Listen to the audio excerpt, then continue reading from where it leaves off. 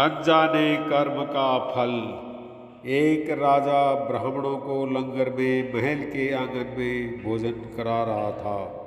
राजा का रसोइया खुले आंगन में भोजन पका रहा था।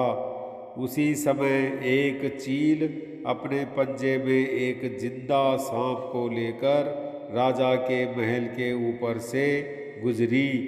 तब पंजों में दबे सांप ने अपनी आत्मरक्षा में चील से बचने के लिए अपने फन से जहर निकाला। तब रसोइया जो लंगर ब्राह्मणों के लिए पका रहा था, उस लंगर में सांप के मुख से निकली जहर की कुछ बूंदें खाने में गिर गई।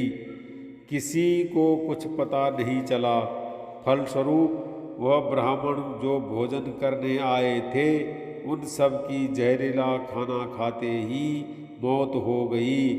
अब जब राजा को सारे ब्राह्मणों की मृत्यु का पता चला, तो ब्रह्म हत्या होने से उसे बहुत दुख हुआ। ऐसे में अब ऊपर बैठे यमराज के लिए भी यह फैसला लेना मुश्किल हो गया कि इस पाप कर्म का फल किसके खाते में जाएगा। नंबर 1 राजा, जिसको पता ही नहीं था कि खाना जहरीला हो गया है, या नंबर 2 रसोइया, जिसको पता ही नहीं था कि खाना बनाते समय वह जहरीला हो गया है, या नंबर 3 वह चील जो जहरीला सांप लिए राजा के महल से गुजरी, या नंबर 4 वह सांप जिसने अपनी आत्मरक्षा में जहर निकाला। बहुत दिनों तक यह मामला यमराज की फाइल में अटका, यानी पेंडिंग रहा। फिर कुछ समय बाद कुछ ब्राह्मण राजा से मिलने उस राज्य में आए और उन्होंने किसी महिला से महल का रास्ता पूछा। उस महिला ने महल का रास्ता तो बता दिया, पर रास्ता बताने के साथ साथ ब्राह्मणों से ये भी कह दिया कि देखो भाई, जरा ध्यान रखना, वह राजा आप जैसे ब्राह्मणों को खाने में जहर देकर मार देता है।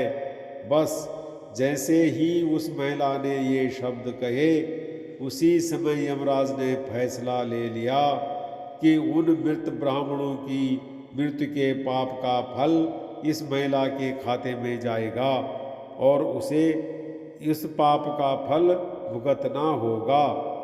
यमराज के दूतों ने पूछा, प्रभु ऐसा क्यों, जबकि उन मृत ब्राह्मणों की हत्या में उस महिला की कोई भूमिका नहीं है।